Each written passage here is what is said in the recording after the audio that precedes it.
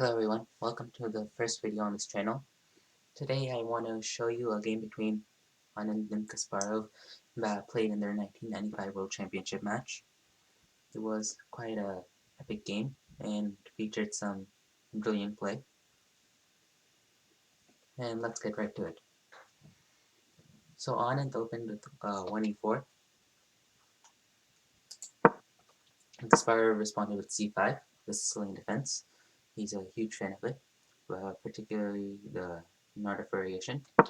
And at 3 d6, d4, the open Sicilian. Anand was not afraid from shying away from this and always had good preparation and study to back it up.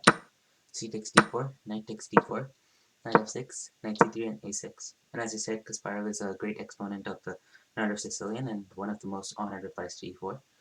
And this is pretty much his pet opening. Maybe you can also say the King's Indian, but he uses very frequently. Bishop e2, and Anand opts for a solid way of playing, rather than the more popular bishop e3, or at the time bishop g5, maybe even bishop c4 sometimes is played. The bishop shows an attack. And all these are considered the most general ways, most aggressive ways. Right now, and in the recent times, h3 has become a move, f4 has become a move. So there's a lot of options, but Anand opts for this solid bishop e2 move, which is not a bad move by any means. It's just not the main line. And now e6. And this was not a traditional move. The traditional move is usually e5, hitting the knight. But Kasparov was a huge fan of playing these e6 setups. And an advantage of this is that you control all four squares, central squares, and there's never going to be a knight there. For example, if you play e5, this knight can sometimes, bad arrow. This knight can sometimes get to d5 and control a lot of space in black's territory. So e6 is a good move. And then castles, bishop e7. Now a4.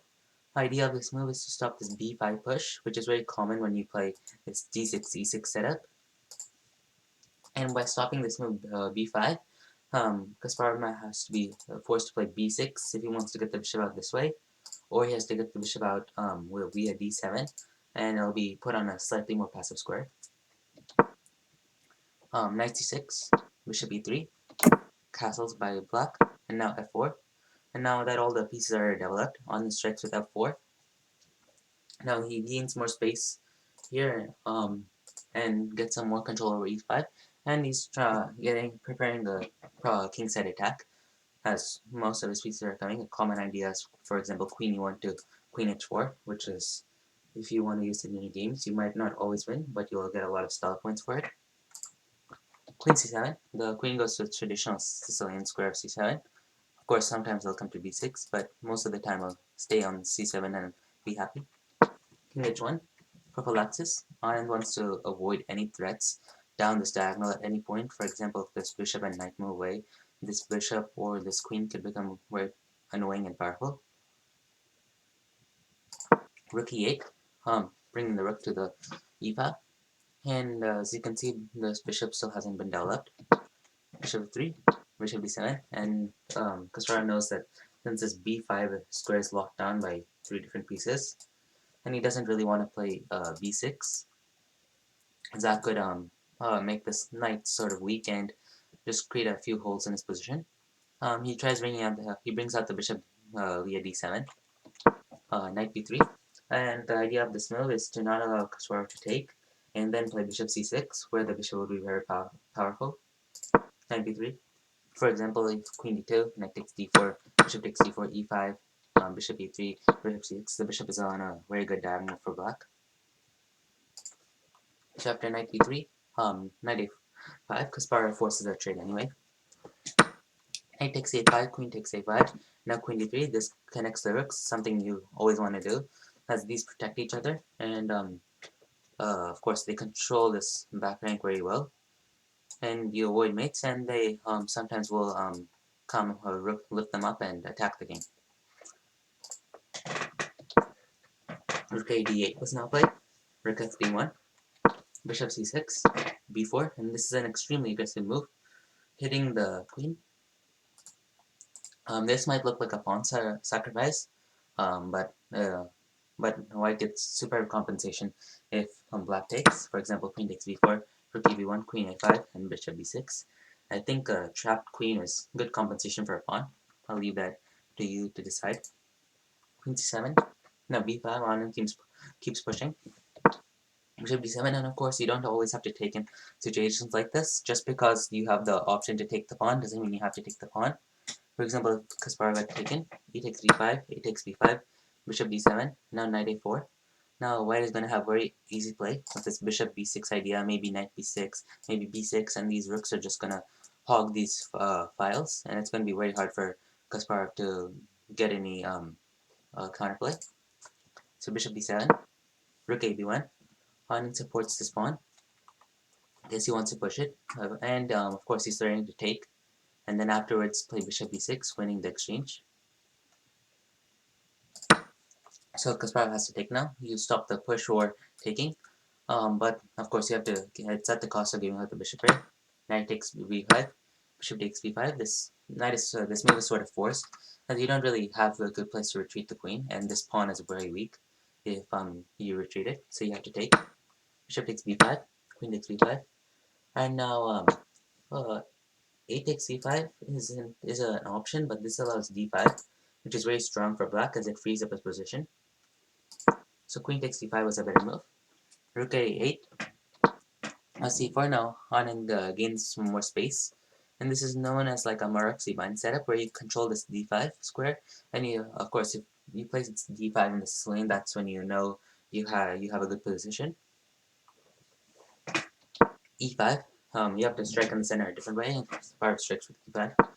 Bishop b6, queen c8, and now takes e5. And now Anand is fine with giving himself a isolated pawn in exchange for this open file where his rook just happens to be. And of course you can't play rook d8 because the bishop controls the square. D takes e5, a5. And now the idea is to take this pawn, but without losing this pawn. For example, if you take right now, and now rook takes a4, you have a trade of pawns, but these are two very weak pawns black has to play against. So a5, solid, gluing in this pawn sort of, as the bishop protects it and the pawn protects the bishop. And the dark squared bishop and the knight have to be are the pieces that can challenge it, but it's going to take some time. Bishop f8, this protects the pawn, but the bishop is sent to a very passive square. On the other hand, this bishop is dominating, especially and controls a lot of space.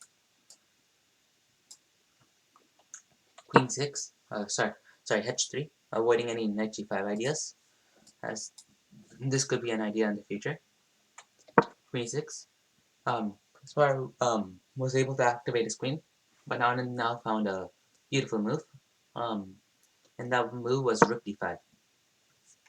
This was sort of the decisive move, and this just tries to fix Anand's main weakness, which are these weak pawns, and when if you take, which Kasparov did, then you would get e takes d5, which is extremely strong, and now you have these three pawns which can easily overwhelm this one pawn. And of course, Kasparov didn't have to take. Okay, c8 for example, and then rook bd1. Now g6. Now this would have been much better. The position is still holdable for black, as this bishop can get a good square maybe here, and this sort of solidifies his king. But you can't, of course, blame him for taking the rook, as most of us would do it anyway. So he takes c5, queen g6, c5, and now Anand begins to break through on the queen side. e4, Kasparov searches for counterplay. Bishop e2, e5, queen d7. Now this targets this one weakness on b7. Rook g5, and now Kasparov just tries to get counterplay here, but Anand has all the trumps in this position. Rook g1, e3, now d6, now rook g3. Again, you're desperately searching for chances, maybe even a rook sack here if the queen ever moves, but it's just the attack is simply too strong. Now queen takes b7, and now queen e6, and now this is the last trick, hoping Anand misses this mate here. And for example, if he played c6, this would have been ruining a perfectly easy game. After takes, now checkmate. And this would not be the way you want to have the game end. Of course, but Anand saw that and played king h2. Now this defends the pawn, and now both the rooks are attacked, and these pawns are just coming through. And Kasparov had to resign, as there's nothing he can do but for these two rooks, as they're both attacked. And you can't defend one without losing the other.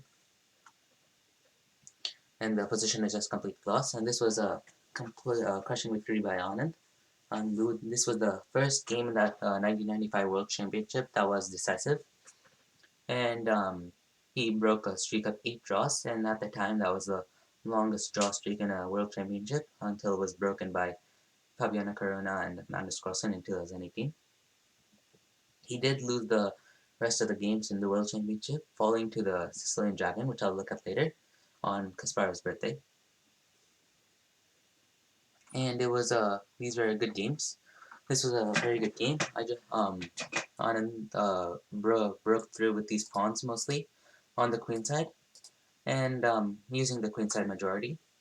And one thing I would like to point out is the piece activity was superior for Anand rather than Kasparov, as most throughout the game